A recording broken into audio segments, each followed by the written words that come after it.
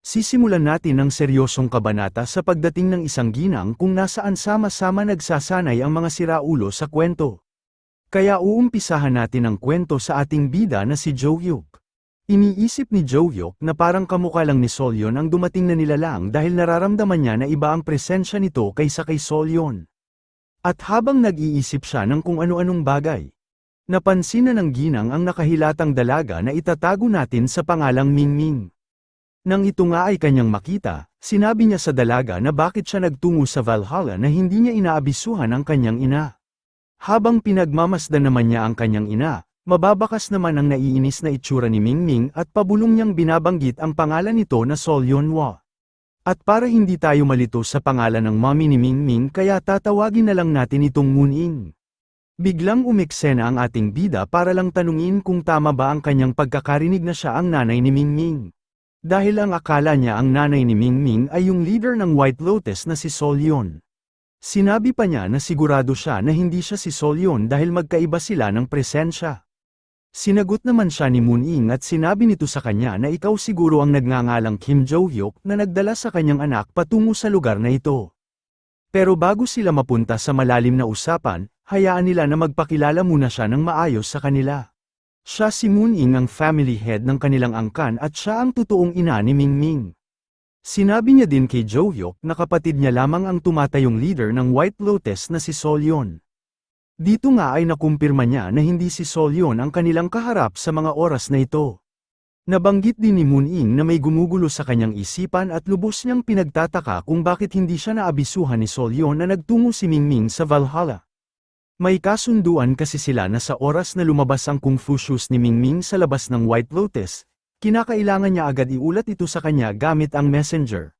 Dahil hindi ginampanan ni Solyon ang kasunduan nila kaya matapos niyang asikasuhin ang pagpapauwi sa kanyang anak.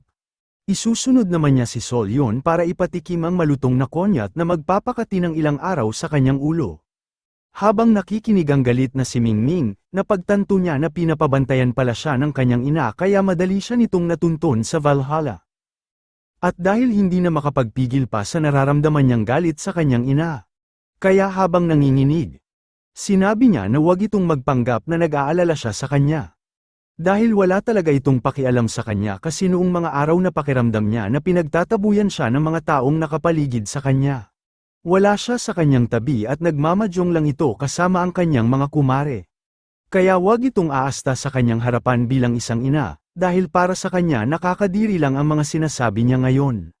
Pinaliwanag naman niya na kaya siya iniwan kay Solyon, dahil sa kautusan ng kanilang constellation at pinaliwanag na sa kanya noon ang nangyari kaya ano pa ang inaarte niya ngayon. Sinabi naman ni Mingming na nalaman nga niya, pero ang nagsabi lang sa kanya ay yung katulong nila na si Inday. Pero kung talagang mabuti siyang ina, dapat siya mismo ang nagpaliwanag sa kanya hindi yung bigla na lang siyang iniwan sa isang lugar na wala man lang sinasabing paliwanag kung bakit siya biglang tinapon na parang basura. Tumugon naman ito sa sinabi ni Mingming na tinamad na siyang sabihin dahil nalaman niya na alam na nito ang katotohanan kaya hindi na siya nagpaliwanag pa sa kanya. At ngayon naman kaya siya nagtungo dito dahil inutusan lang siya ng constellation na iuwi siya sa kanilang lugar. Pinaliwanag niya din na kaya siya pinapatawag ng kanilang constellation dahil gusto siya nitong makilala.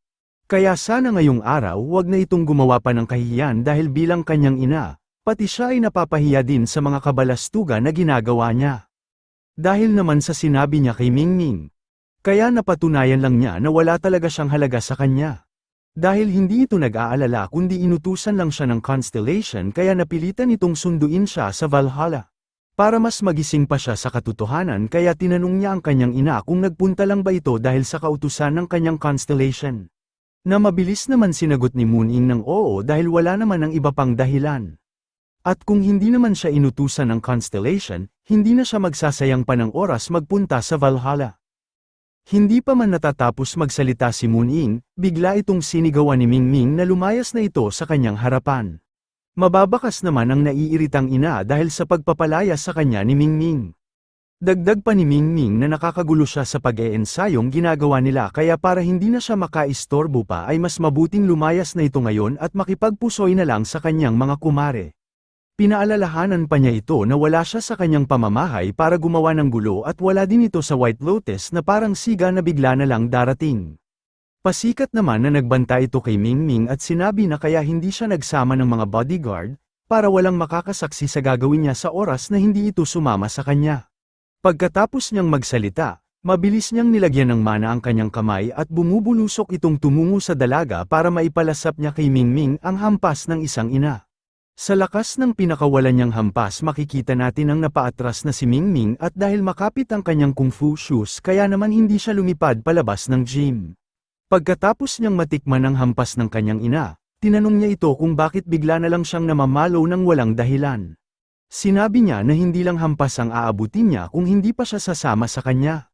Kaya naman kung magmamatigas pa siya, ihanda niya ang kanyang sarili dahil handa siyang gawin ang lahat maibalik lang siya ngayong araw sa kanilang lugar. Sinabi naman niya na kung handa siyang gawin ang lahat maibalik lang siya sa kanila, handa din siyang gawin ang lahat ng paraan para hindi siya maisama ng kanyang ina.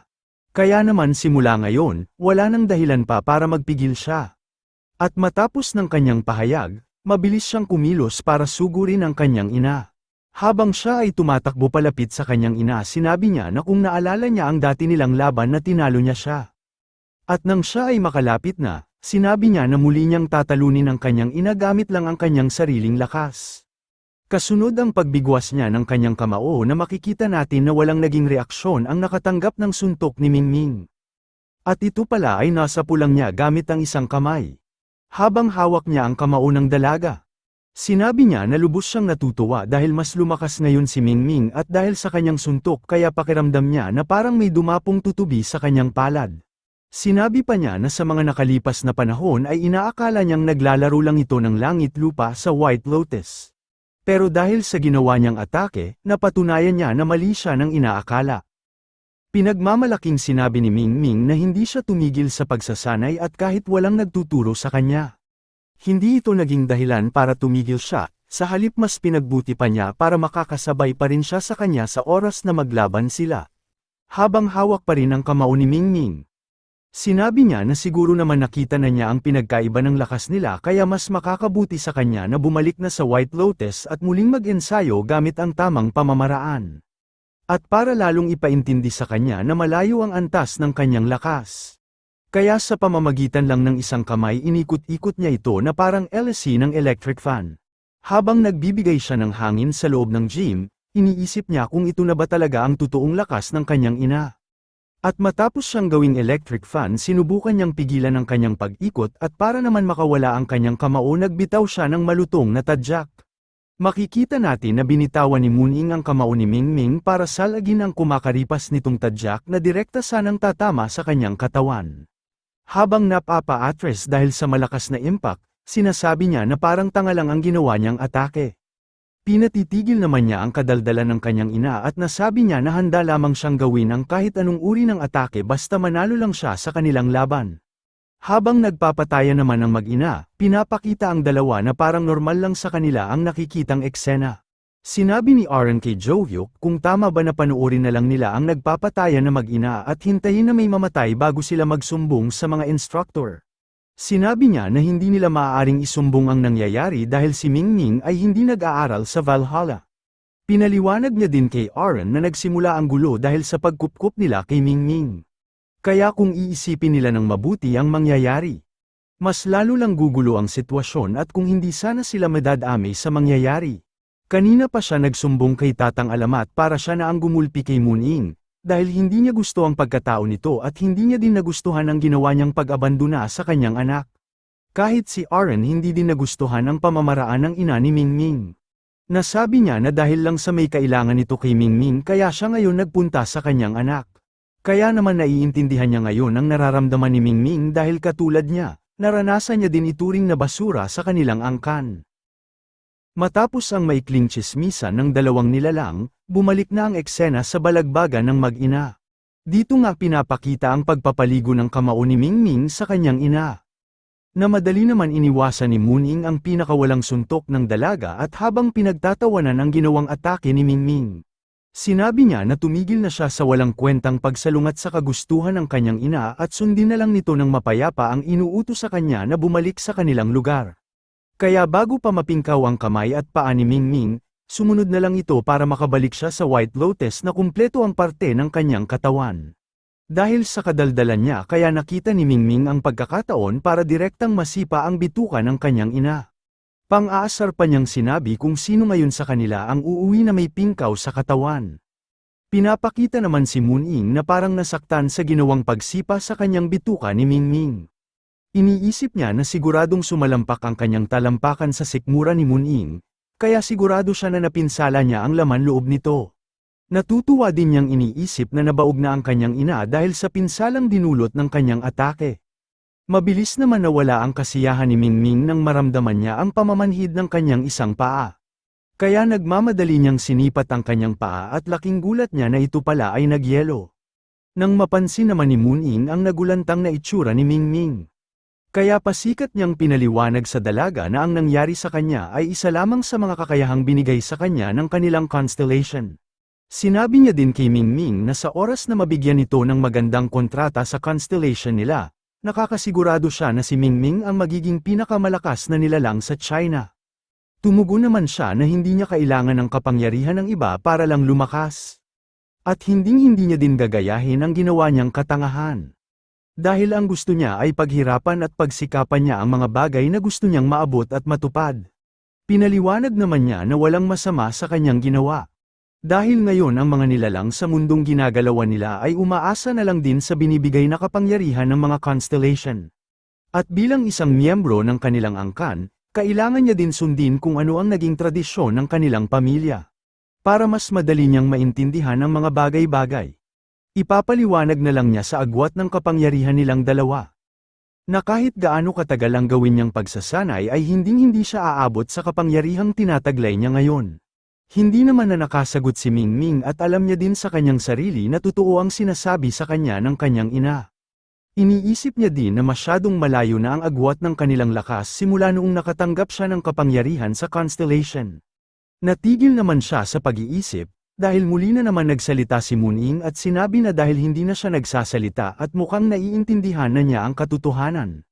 Kaya sa huling pagkakataon, muli niyang itatanong kung mapayapa na ba itong sasama sa kanya pabalik sa kanilang lugar.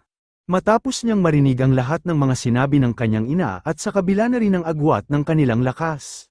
Pinanindigan pa rin niya ang kanyang desisyon na manatili sa Valhalla kasama ang ating bida. Nang marinig niya ang sinabi ni Mingming kaya naman napapikit na lang ito kasabay na din ang pagsasabi niya na wala nang iba pang paraan at kailangan ng mabigyan ng tamang edukasyon ang kanyang anak. Kaya sa isang iglap bigla itong napunta sa harapan ni Mingming at sinabi niya na simula ngayong araw mabubuhay na siya na kulang ang parte ng kanyang katawan. Naiisip ni Mingming na dahil nagyelo ang kanyang isang paa hindi niya na maiiwasan pa ang atake ng kanyang ina. At habang palapit naman ang kamay niya sa braso ni Mingming. Sinasabi niya na pipigtasin niya ang isang braso ng kanyang anak para maging aral ito sa kanya at tuwing makikita niya ang kanyang putol na braso. Maiisip niya na sana sumunod na lang siya sa kanyang mabait na ina. Matapos magsalita ni Moon-ing, maririnig sa buong lugar ang isang malutong na tunog. At bago pa man matapos ang episode, makikita ang pagpasok sa eksena ng ating bida kasabay ang paggamit niya ng kalendong ng talampakan upang pigilan ang masama nitong plano na pugutan ng braso si Mingming. Sa mga nais magbigay ng kaunting tulong sa atin channel maaari po kayong magbigay ng iyong ninanais na tulong sa pamamagitan po ng Super Thanks. Kung PayMaya or GCash naman ay mas maganda po dahil kahit piso 5, 10, 20 pwede po kayo makapag-abot ng tulong. Maraming salamat po.